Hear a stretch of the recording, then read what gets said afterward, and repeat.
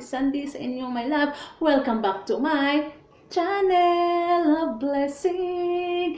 Okay, ngayong umaga o ngayong hapon na pala dito sa New Zealand, of course maaga dyan, good morning sa inyo, Pilipinas, atong hisgutan ang diastasis recti. Okay, usa ko magpadayon, calling to all mothers out there, sa mga nanay diya, this topic is for you. This diastasis recti, paminaw mo, because I'm sure nga wala pa'y nakahibaluan ni, naay uban nga mga babae nga sama nako inahan, wala kay baluon sa nang diastasis recti. Okay, again, diastasis recti is separation of abdominal during pregnancy. Okay, now naruhon yun nato ni ha. Okay, now, okay, obviously, di ba? Kitang mga babae, di ba? Obvious kung mamabdos ta, muda ko atong tiyan, di ba? So, muna gitawag nato ang ato ang manggumlaw at ato ang abdomen, na siya lain, na siya gitawag nga lain-lain nga name sa to. Kung sa to diri oblique na siya, which is the oblique. Okay, oblique is transverse, diri dapita is transverse abdominis deepest muscle layer, or gitawag nila nga oblique mid layer. Muna natin mga exercise nga oblique exercises.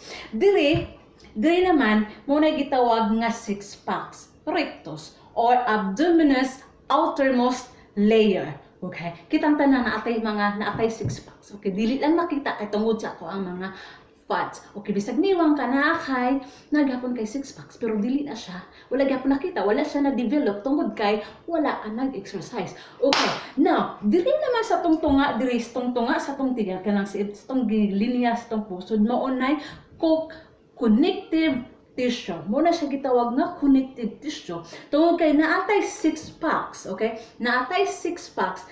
1, 2, 3, 1, 2, 3. Tunga ana mo'y gitawag nga connective tissue. Silbi ang connective tissue maunay nag-connect sa atong six packs. Once nga babae mamabdos, mudako ang tiyan obviously. So ang kanang connective tissue is ma-stretch na siya. So mura na siya og plastiko, di ba? Kung binato nimo hinay-hinay, kuan siya, mo stretch siya. Inana ang ato ang tiyan. Kung kitang babae mamabdos ta, mudako atong tiyan every month magkadako. Ang atong connective tissue pod magkainat-inat na siya. Okay. Sa unsa nga pamaagi nga mahibaw-an nato nga naatay diastasis recti.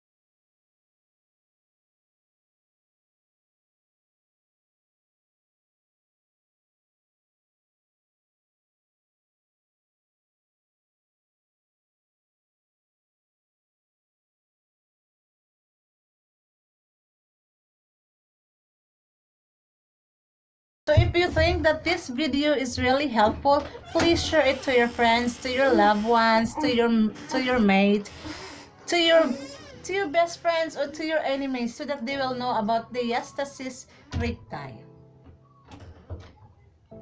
And don't forget to subscribe my channel.